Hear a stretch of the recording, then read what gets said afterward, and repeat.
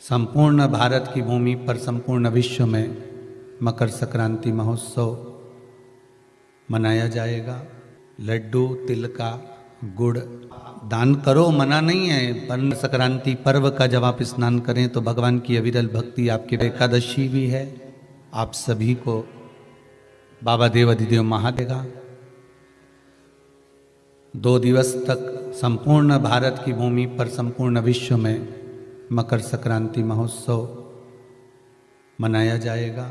अपने अपने घरों में रहकर लोग इस पावन उत्सव को खिचड़ी, लड्डू, तिल का गुड़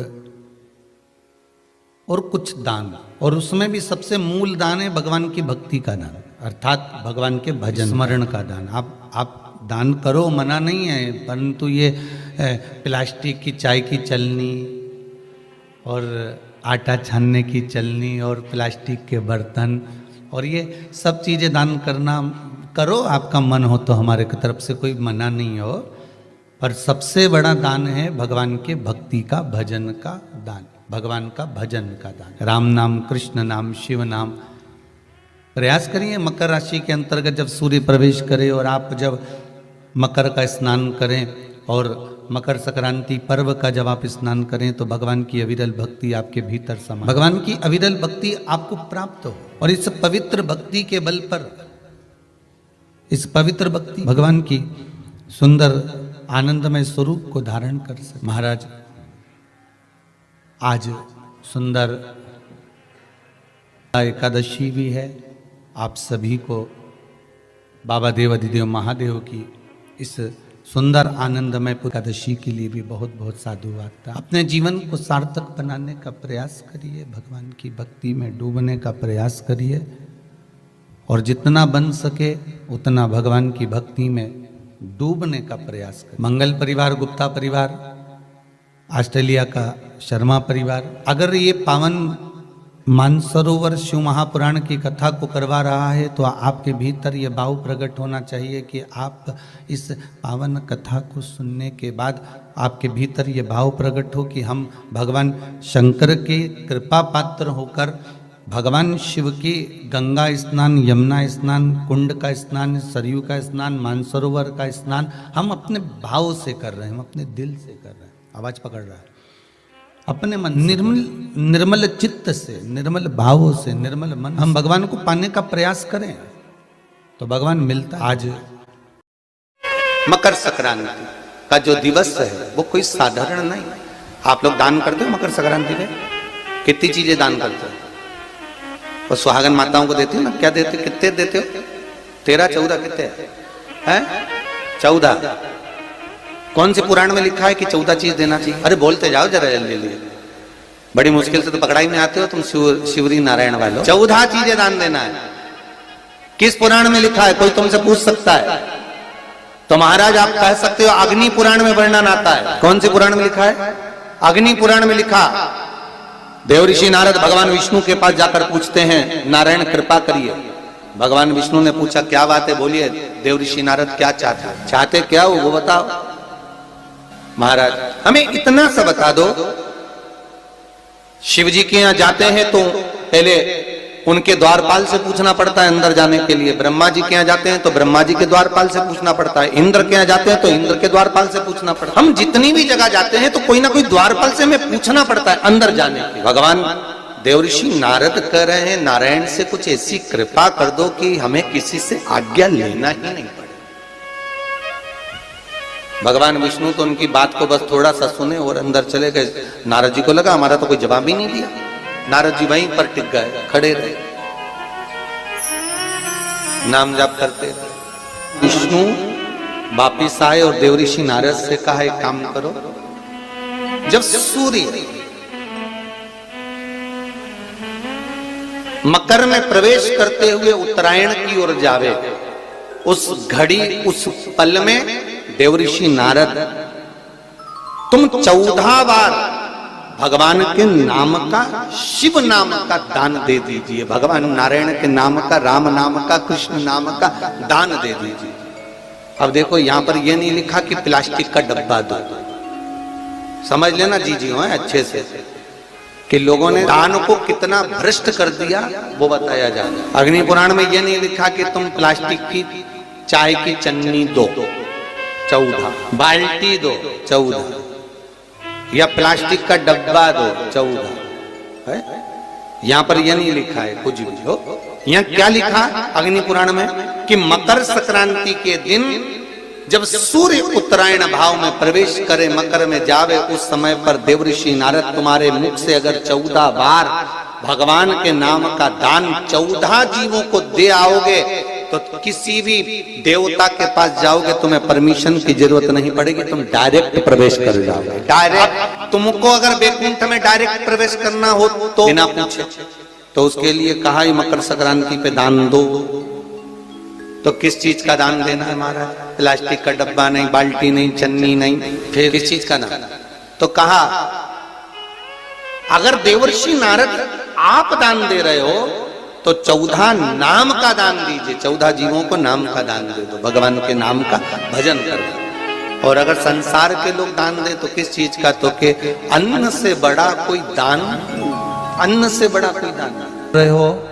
1 रुपया भी अगर आप शिव महापुराण में दान कर रहे हो, 1 रुपया भी अगर कुबेरेश्वर महादेव को दान दे रहे हो, 1 रुपया भी अगर मंदिर में दान कर रहे हो, 1 रुपया भी अगर आप शिव महापुराण में दान कर रहे हो, 1 रुपया भी अगर कुबेरेश्वर महादेव को दान दे रहे हो, 1 रुपया भी आप अगर भगवान को दे रहे हो, तो इस व्यासपीठ ने पहले भी कहा, आज फिर कहते हैं, किसी से मांग कर मत देना, किसी से कर्जा लेकर मत देना। जब मेरा देव अधिदेव महादेव तुम्हारी झोली भर दे तब दोनों हाथ में भर कर दे देना, मांग कर मत देना। किसी मंदिर में दर्शन करने के लिए जाओ और तुम्हारे पर्स में अगर 10 रुपया नहीं है, पड़ोसन तुम्हारे साथ में है, तुम्हारे रिश्तेदार तुम्हारे साथ में, और किसी तीर्थ में तुम दर्शन करने गए हो, बद्रीनाथ दर्शन करने गए हो, केदारनाथ दर्शन करने गए हो, चंपेश्वर महादेव दर्शन करने के लिए गए हो, महाकाल दर्शन करने के लिए गए हो, राम जी के मंदिर दर्शन करने के लिए गए हो, किसी तीर्थ में दर्शन करने के लिए गए हो, तुम्हारा पर्स घर पर रह गया, तुम्हारा पर्स होटल में रह गया, तुम्हारा पर्स गाड़ी में रह गया, तो भी अपनी पड़ोसन से, अपने रिश्तेदार से भगवान के सामने दर्शन करते समय भगवान सामने है, और भगवान के सामने तुम पड़ोसन से मत मांगना कि 10 रुपए दे, मैं तेरे को भी गाड़ी में दे दूंगी। नहीं, भगवान को बुरा लगता है क्योंकि मेरे सामने खड़ी होकर तू दूसरे के आगे हाथ फैला रही है। मुझसे कहती मैं गाड़ी में से क्या तेरे सामने अंबारियां लाता। हमारी आदत रहती है, हमारे पर्स होटल में छूट गए, हमारा पर्स गाड़ी में छूट गया, हमारा पर्स वहां रह गया, हमारे पास पैसा नहीं है, हमने पड़ोसन से कह तू देगी ना 10 मिनट, मैं तेरे को बाद में दे दूंगी, देना जरा 10 रुपए, और मुझे चढ़ाना है, मुझे देना है, मुझे आरती की थाली में 10 रुपए चढ़ाना है, मुझे झोली में 10 रुपए चढ़ाना है, जरा देना तू ना। 1 रुपया पड़ोसन से मत मांगो, 1 रुपया अपने रिश्तेदारों से मत मांगो। सास साथ में है, सास साथ में है, और तुम अपनी पड़ोसन से कह रही हो ये चोली का कपड़ा दिला दे, मुझे फाल दिला दे, मुझे पीको करा दे, मुझे ये दिला दे, मुझे वो दिला दे। सास साथ में है और तुम पड़ोसन से पूछ रही हो कि अचार कैसे डालते। सास साथ में है और तुम सास के पांव ना पड़कर पड़ोसन के पांव पड़ रही हो, तो सास को बुरा नहीं लगेगा? अरे बोलो तो जम के, लगेगा कि नहीं लगेगा? घर के माँ बाप साथ में है और तुम दूसरे के आगे हाथ फैलाओ, माँ बाप को बुरा लगेगा। घर के बुजुर्ग तुम्हारे साथ में हैं और तुम दूसरे के आगे हाथ फैलाओ, घर के बुजुर्ग को बुरा लगेगा। मंदिर में भगवान बैठा है और तुम दूसरे के आगे हाथ फैलाकर दान दो, भगवान को बुरा लगेगा। उसको बुरा लगता है कि मेरे सामने आया, मेरे पास आया, मेरे नज़दीक आया, मेरे करीब में आया, और मेरे पास आकर, मेरे करीब में आकर, मेरे नज़दीक में आकर दूसरे के मत दो दान। ऐसा दान किसी काम का नहीं जो दूसरे से मांग। हमारा भी विश्वास कहता है, इतने सालों की शिव महापुराण कथा का भरोसा और विश्वास कहता है, नहीं है आपके पास देने के लिए, आप रोज शंकर जी के मंदिर में 1 लोटा जल चढ़ाओ, अपनी मेहनत करो, अपना परिश्रम करो, अपना कर्म करो, और मेहनत से पीछे मत हटना। एक दिन महादेव खुद इतना दे देगा कि आप खुद दोनों हाथों से लुटाना चाहिए। किसी दूसरे के भरोसे पर भजन मत, किसी दूसरे के भरोसे पर दान मत करो। ए भैया, तेरे हाथ जोड़ती हूं, मुझे आगे बिठा दोगे क्या कथा में? ए भैया, मैं तुम्हारे हाथ जोड़ती हूं, क्या मुझे कथा में आगे बिठा दोगे क्या? तुमने भैया के हाथ जोड़े कि मैं तुम्हारे हाथ जोड़ती हूं, तो मुझे आगे बिठा दोगे क्या? ऐसा हाथ तुम एक बार महादेव के जोड़ कर कह देती कि मुझे आगे बिठा दोगे क्या, वो व्यासपीठ के पास में ले। एक बार तुम देवादिदेव महादेव से कह देती, एक बार तुम भगवान देवादिदेव महादेव से कह देती कि हे बाबा, हे त्रिकालदर्शी, हे कैलाशी, हे अविनाशी, भिलाई में कथा हो रही है, भगवान की कथा चल रही है, मेरा मन है, मेरे पास इतना धन वैभव सत्ता नहीं मैं कुछ दे सकूं, पर इतना विश्वास जरूर है कि मैं तुझ पे एक लोटा जल चढ़ाती हूं, इसलिए पंडाल में कहीं ना कहीं मुझे ऐसी जगह मिल जाएगी जो मैंने सोची भी नहीं होगी, और वहां जाकर बैठकर कथा सुन लूंगी। ये तेरे जल की ये तेरे जल की महत्वता है। तुझे जो एक लोटा जल चढ़ाया, तुझ पर जो एक लोटा पानी चढ़ाया है, उसकी महत्वता है कि मुझे कुछ मिलेगा और अच्छा मिलेगा। बाबा को ढूंढने की जरूरत नहीं पड़ेगी, बाबा आपको केवल निर्मल मन सो मोहि पावा, मोहि छल छिद्र कपट ना। आप जाओ शिव के दरबार तक, आप जाओ शिव के चौखट तक, आप जाओ शिव के द्वार तक, बाबा खुद ढूंढ लेंगे।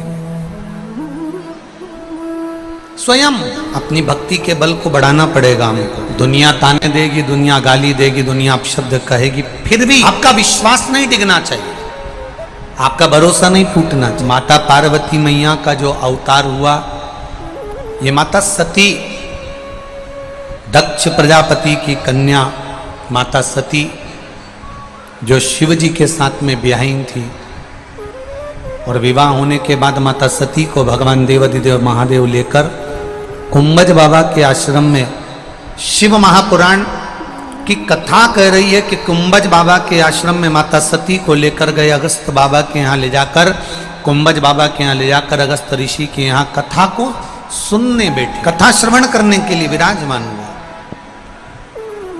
पर कथा में मन महादेव जी का लगा, सती मैया का नहीं लगा। थोड़ा सा ध्यान देना इस कथा पर। शिव से बड़े दुनिया में कोई वक्ता नहीं हो। शंकर भगवान ने कथा कही, माता पार्वती जी ने सुनी, वही कथा एक तोते के बच्चे ने सुन ली थी, जिसने वेद व्यास जी को कही। वेद व्यास जी ने वही कथा शास्त्रों में, पुराणों में वर्णन करी, जिसको आज तक दुनिया के लोग आज तक बाच रहे हैं, आज तक बाच रहे हैं।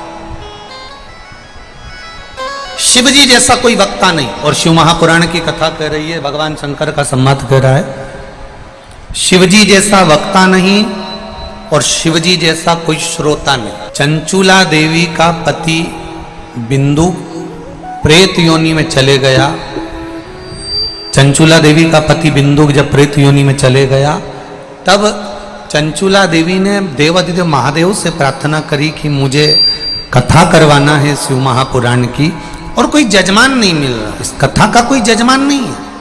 अब आप स्वयं जजमान बनकर कथा सुने, आप स्वयं जजमान बनकर इस कथा का रसतत्व ग्रहण करें। शंकर भगवान ईश्वर जी बने, पार्वती जी गोरा जी बनी, गणा बने, गौर बने, और दोनों ने मिलकर शिव महापुराण की कथा को श्रवण किया। शिव जैसा कोई वक्ता नहीं, और शिव महापुराण की कथा कहती है मेरे भोलेनाथ शिव जैसा कोई श्रोता नहीं।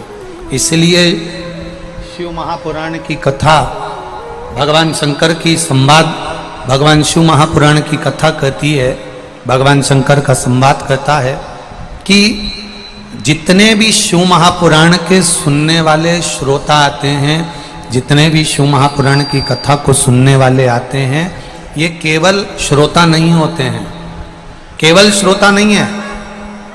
शिव महापुराण की कथा कह रही है, ये केवल श्रोता नहीं, शिव महापुराण की कथा कहती है ये सब जितने भी सुनने के लिए आए हैं, ये सब शंकर भगवान का ही एक स्वरूप होते हैं, जो शिव महापुराण, ये स्वयं शिव का एक स्वरूप, ये स्वयं शंकर